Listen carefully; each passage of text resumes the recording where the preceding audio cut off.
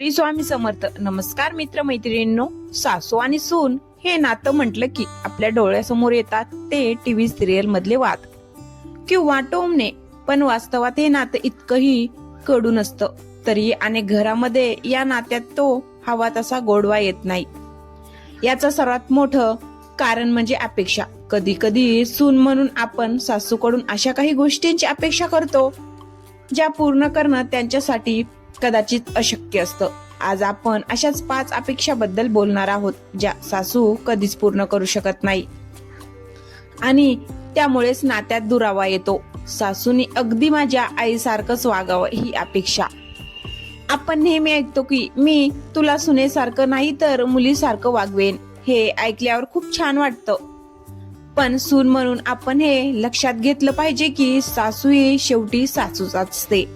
तुमची आई तुम्हाला लहानपणापासून ओळखते, तुमचे दोष तिला माहिती असतात आणि ती ते सहज पदरात घेते. पण सासूच्या बाबतीत तसं नसतं. त्या एका वेगळ्या संस्कारातून आणि वातावरणातून आलेल्या असतात. त्यांच्याकडून आईसारखाच अंध प्रेमाची अपेक्षा करणं चुकीचं आहे. जेव्हा आपण त्यांना आई चौकटीत बसवण्याचा प्रयत्न करतो आणि त्या तशा वागत नाहीत तेव्हा आपल्याला दुःख होतं.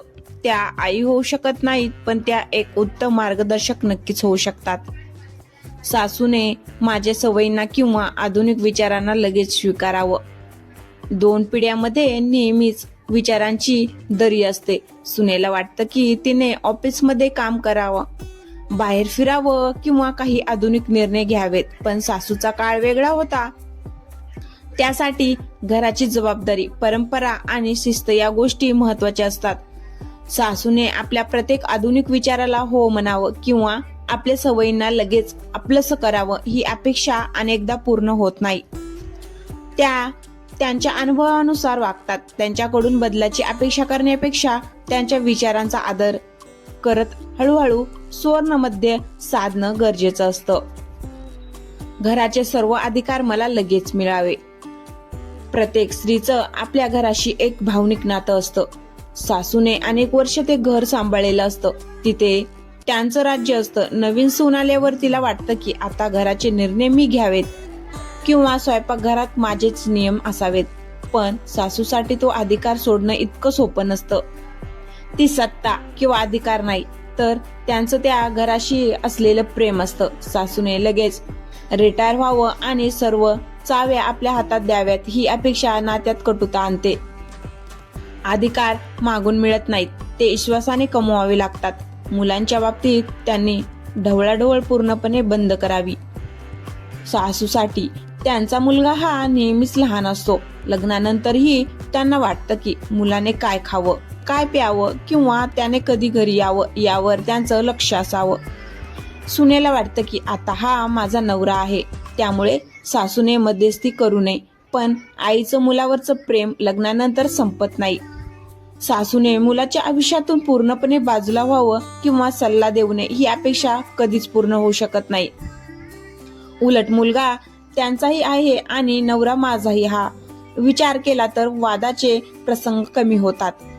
सासूने माझ्या माहेरच्या लोकांची स्तुतीच करावी. अनेकदा सुनेला वाटतं की सासूने तिच्या माहेरच्या लोकांसारखं वागावं किंवा त्यांच्या पद्धतीचं कौतुक करावं, पण प्रत्येक कुटुंबाची संस्कृती वेगळी असते. सासूला स्वतःच्या घराच्या पद्धती श्रेष्ठ वाटू शकतात. त्यांनी तुमच्या माहेरच्या प्रत्येक गोष्टीला बेस्ट म्हणावं ही अपेक्षा ठेवल्यास वैचारिक संघर्ष होतो. त्या कदाचित तुमच्या माहेरच्या लोकांशी जुळवून घेतील, पण त्यांच्यासारखंच विचार करतील असं नाही. मैत्रिणींनो, नातं गोड करण्यासाठी समोरच्या व्यक्तीला ती जशी आहे तशी स्वीकारणं खूप महत्वाचं असतं.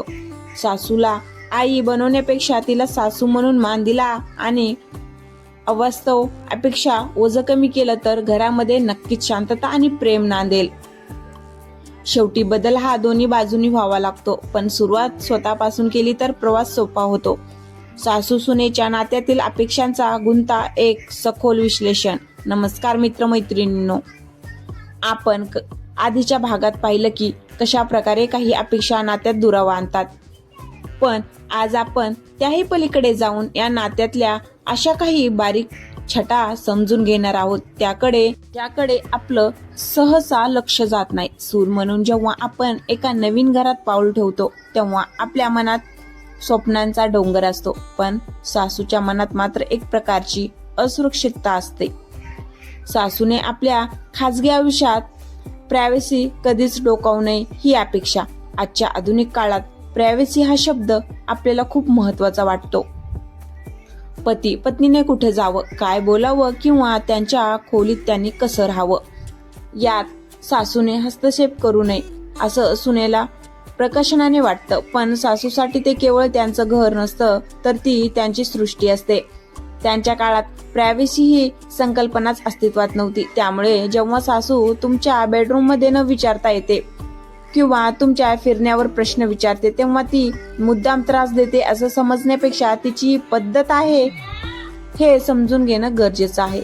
सासूने पूर्णपणे प्रोफेशनल अंतर ठेवावं ही अपेक्षा अनेकदा फोल ठरते, कारण भारतीय कुटुंबात नाती ही एकमेकांत विणलेली असतात. सासूने माझ्या करिअरला आणि स्वप्नांना त्यांच्या स्वतःच्या स्वप्ना इतकंच महत्व द्यावं. बऱ्याचदा सुनेला वाटतं की जर मी माझ्या करिअरसाठी घराकडे दुर्लक्ष केलं तर सासूने ते समजून घ्यावं, पण सासूने आयुष्यभर घरालाच प्राधान्य दिलेलं असतं.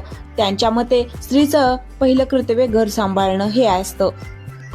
त्यामुळे तुमच्या करिअरच्या यशात त्यांनी तुमच्या इतकाच आनंद मानावा किंवा तुमच्या कामाच्या व्यापासाठी त्यांनी घरातली काम स्वतःहून आनंदाने उचलावीत ही अपेक्षा प्रत्येक वेळी पूर्ण होईलच असं नाही. त्यांच्या लेखी करिअरपेक्षा वेळेवर होणारा स्वयंपाक जास्त महत्वाचा असू शकतो. हा विचारांचा फरक आहे जो आपल्याला स्वीकारावा लागेल. माझ्या चुकांवर त्यांनी कधीच भाष्य करू नये. प्रत्येक सुनेला वाटतं की तिने केलेल्या चुका सासूने पोटात घालाव्यात किंवा त्याकडे दुर्लक्ष करावं, पण सासू या नात्यात एक गुरु किंवा प्रशासक या भूमिकेत असते. त्यांना वाटतं की नवीन सून ही त्यांच्या घराच्या परंपरेनुसार घडावी. त्यामुळे जेव्हा त्या चुका काढतात तेव्हा सुनेला वाटतं की त्या टोमणे मारत आहेत.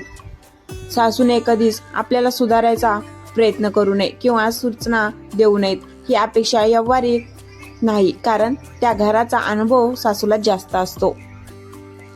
सासूने मला माझ्या माहेरच्या लोकांसमोर नेहमी चांगलं म्हणावं.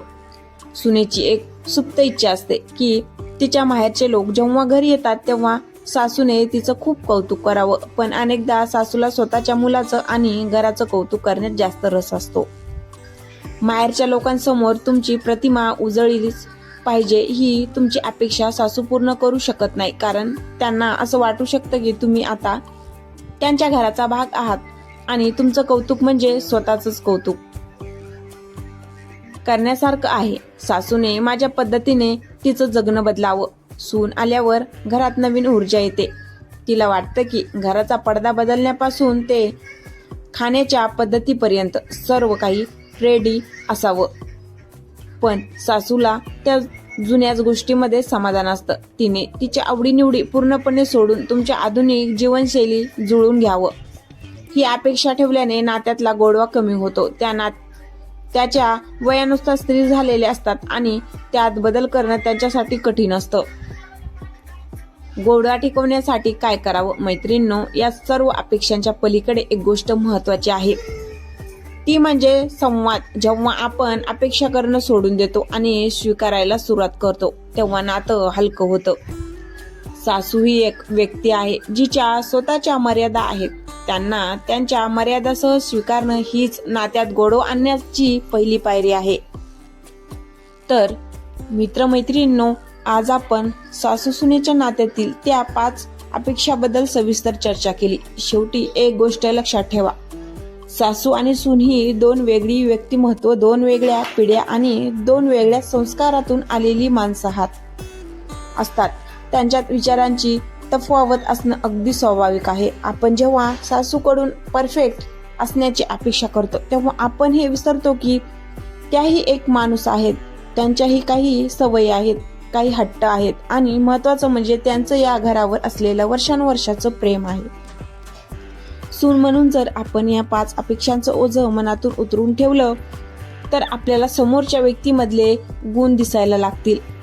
नाती ही रबरासारखी असतात, जितकी ताणली तितकी ती तुटण्याची भीती असते. त्याऐवजी जर आपण थोडी लवचिकता ठेवली, समोरच्याला तो जसा आहे तसं स्वीकारलं, तर घराचं नंदवन व्हायला वेळ लागणार नाही. सासूला आई बनवण्याचा अट्टहास करण्यापेक्षा त्यांना एक हक्काची मैत्रीण किंवा घराचा आधारस्तंभ मानून बघा. मग बघा नात्यातला गोडवा कसा वाढतो ते.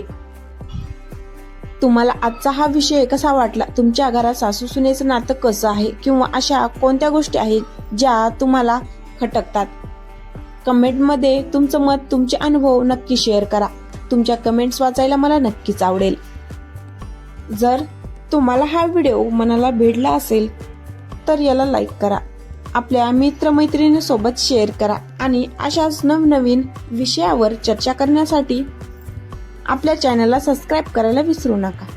पुन्हा भेटूया अशाच एका संवेदनशील विषयावर बोलवण्यासाठी. तोपर्यंत स्वतःची काळजी घ्या आणि आपल्या माणसावर भरभरून प्रेम करा. धन्यवाद.